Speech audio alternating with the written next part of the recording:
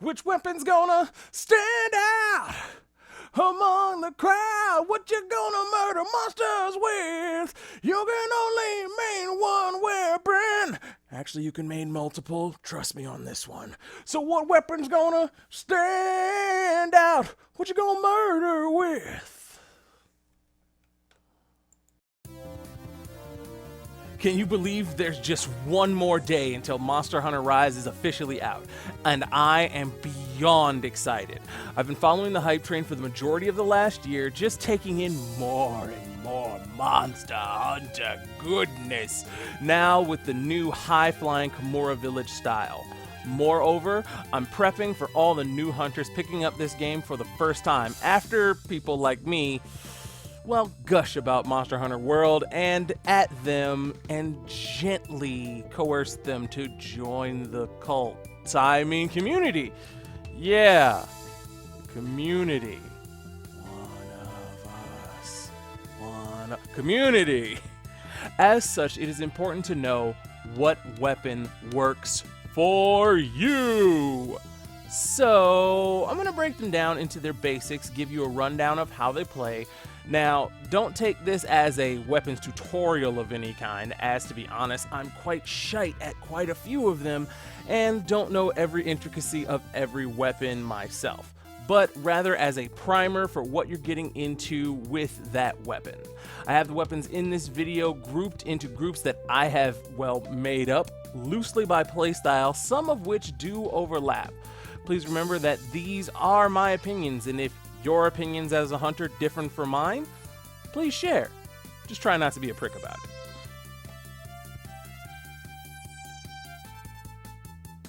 So without further ado, we start our first group, the Stamina Guzzlers. The Stamina Guzzlers consist of the bow, the dual blades, and the hammer. They are precisely what's put on the tin, involving the management of stamina as a core portion of their combat loop. For our first weapon, the bow, every shot costs some stamina, and charging a shot to deal more damage costs more. The bow promotes usually fast-paced mid-range combat and a variety of either quick successive attacks or hard-hitting charged attacks. So long as you're keeping an eye on both your stamina meter and the monster you intend to bag, you'll do great.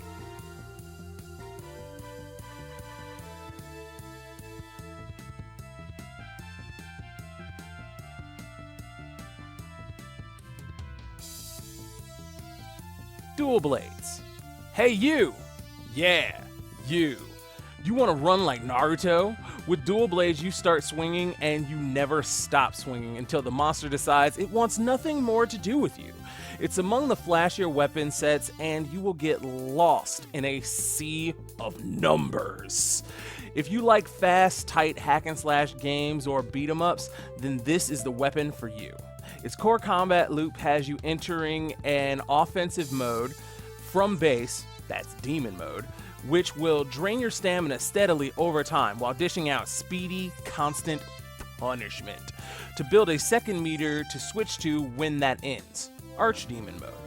While stamina replenishes and the loop the two until the vortex of damage numbers overwhelms your quarry. It's not rocket science, but it does take some getting used to. The hammer. Mama said knock you out. The original KO King, the hammer, also overlaps with my favorite category of weapon, the meathead weapon, consisting of hammer, greatsword, and heavy bowgun. We meathead hunters are a simple folk. We like big numbers, we cannot lie. Big, meaty hits, which a monster just can't ignore. Your core combat loop with the hammer is to hit the monster in the face, give the monster a concussion, and then keep going. Like I said, we are a simple folk. The hammer moves faster and swings a bit faster than you'd expect. Charging attacks with stamina will deal even more devastating damage as well. The hammer is relatively simple and an absolute joy to use. And once you have a proper feel for what attacks work well where, you have an excellently expansive arsenal at your disposal to take down your mark. Greatsword.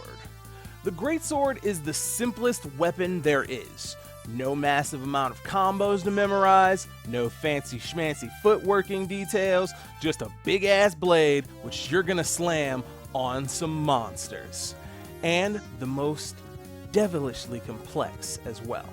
Because of the long wind-up times, picking your moment to strike is absolutely key. This means learning a monster, seeing their tells, and exploiting them. If you've enjoyed games where learning boss mechanics was imperative to surviving the gameplay experience, such as the Soulsborne franchise, then you'll excel at the hit-and-run gameplay loop common to this big boy. Big charged hits, even bigger numbers, making quick work of even bigger monsters.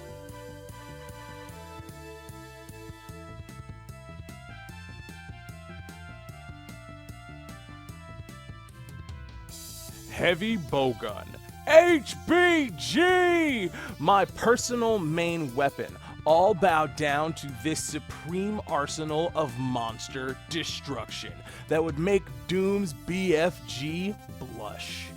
But my biases aside, ammos as powerful as they are various, you can use a version of this weapon from close range or long range, with the destructive Wyvern Snipe exploding monsters' tail to snout, or the powerful fully automatic Wyvern Heart tearing monsters' softest parts to shreds.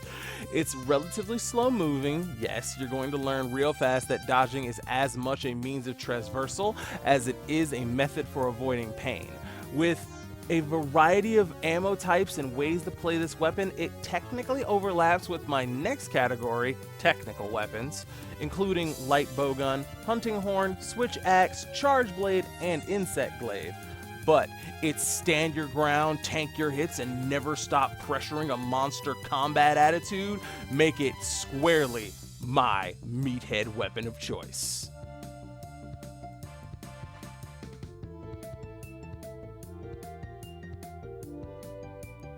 Light bowgun.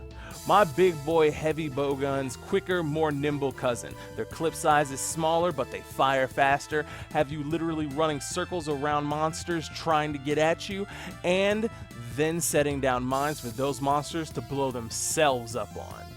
Then there's their secret weapon, rapid fire, where some bullets multiply into 3 successive shots, dealing more damage than a single shot alone. After some simple math in the demo, a rapid-fire volley of normal level 1 shot actually deals more damage than a single level 2 normal shot. Seriously, check the demo out. Look it up. This usually makes the light bowgun an elemental damage king, so be prepared to have a collection of these boys based on what ammo each gun excels in. You will spend a good amount of time managing ammo and shot types, but the constant damage you get to put on a monster, regardless of what angle you're coming at him from, is so worth it.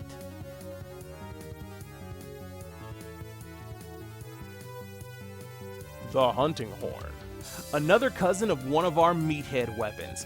The hunting horn not only beats on your foes, but also supports yourself and your team with various buffs, like attack, defense, and even healing. In the past, hunting horns each had their own buff list, so you definitely spend time deciding which horn was best for which monster and which hunting group. The combo list this time around is pretty simple and effective. You can pick this sucker up and rise and KO monsters with the best of them. The technical aspects of this combat loop are managing your party's buff list and determining which swings are the best swings for any given positioning or situation. But even without that, this support weapon will doot smash your opponents right into the ground.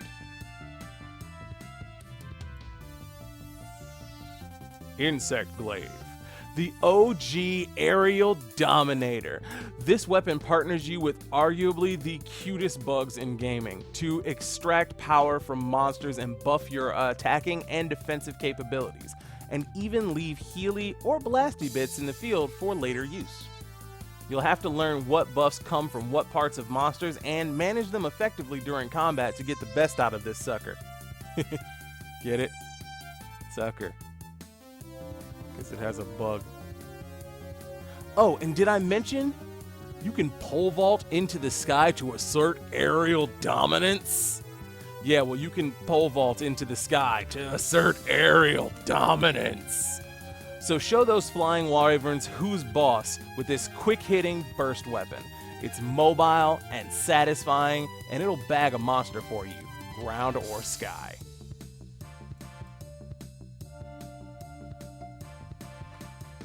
Switch Axe. Transformers, big swords in disguise. The Switch Axe uses an axe mode to charge a transformed sword mode to then deal devastating elemental attacks. Axe mode is fast, it's furious, and it's absolutely wild. Sword mode is more deliberate with an absolutely explosive payout. It's simpler than its Chargeblade counterpart, but no less satisfying to learn the ins and outs of and obliterate a monster with. Chargeblade. This sword and shield great axe combo has earned a deserved reputation for its complexity.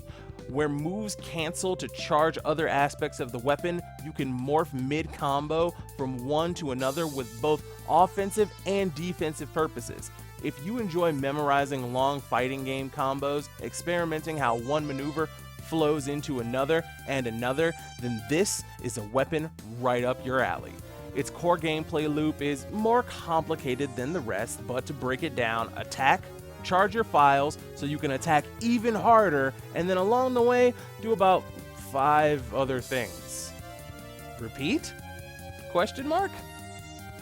Balancing decent defensive capabilities and massive offensive potential, the Chargeblade rewards learning. It rewards perfectly timing your morph from sword to axe to catch monster attacks in a guard point, and unleashes blasts of elemental and concussive hell. The weapon has a steep learning curve to master, but once you do, you can become a veritable ballet of devastation onto yourself.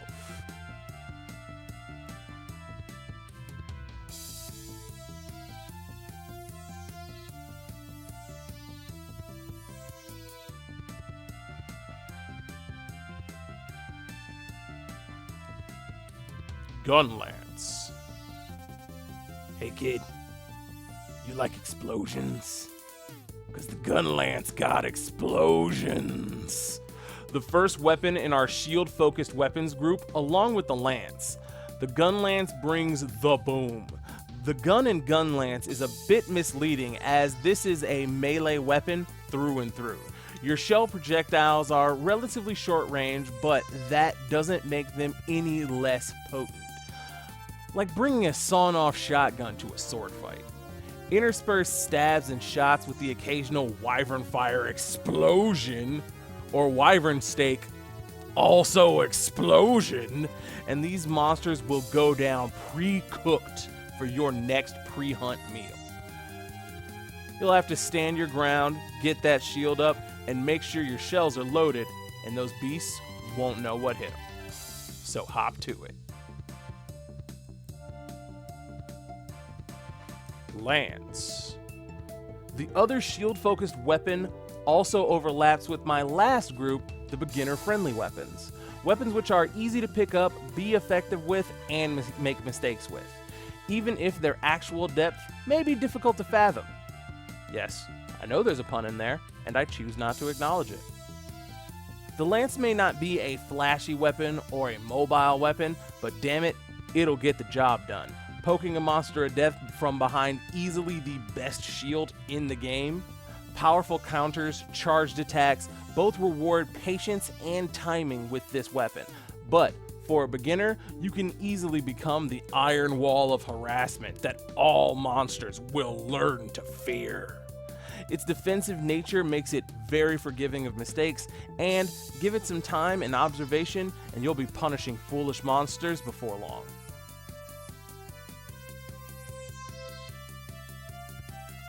Sword and shield. It slices, it dices, it juliennes monsters. It's almost as fast as the dual blade, packs the concussive power near as effective as the hammer, and allows for special support capabilities with the ability to utilize items while still drawn. The jack of all trades, the sword and shield.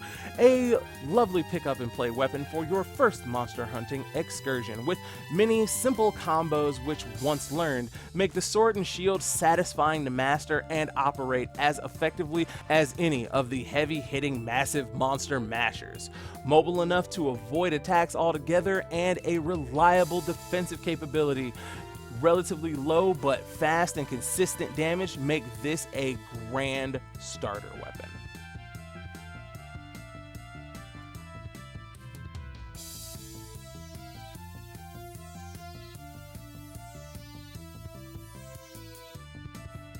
Longsword.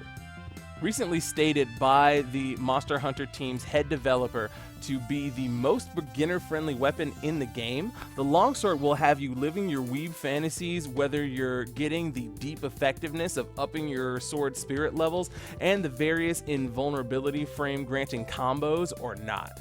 There's a lot to learn to make the most out of this weapon. But you can also just swing the sword, deal damage, and use those attacks to avoid monster attacks too.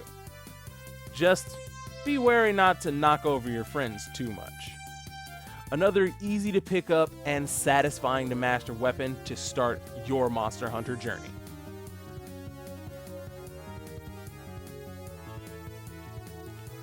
So yeah, there's an idea of what you're in for. Hope it gives you an idea of what you'd want to play if you're thinking about picking up this game.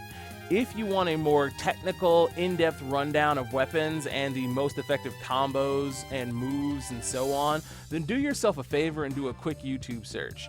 The Monster Hunter community has a plethora of creators out to help newcomers learn the ropes. I'll be streaming once Monster Hunter Rise is out, and I hope I'll see you in the Gathering Hall. Happy hunting.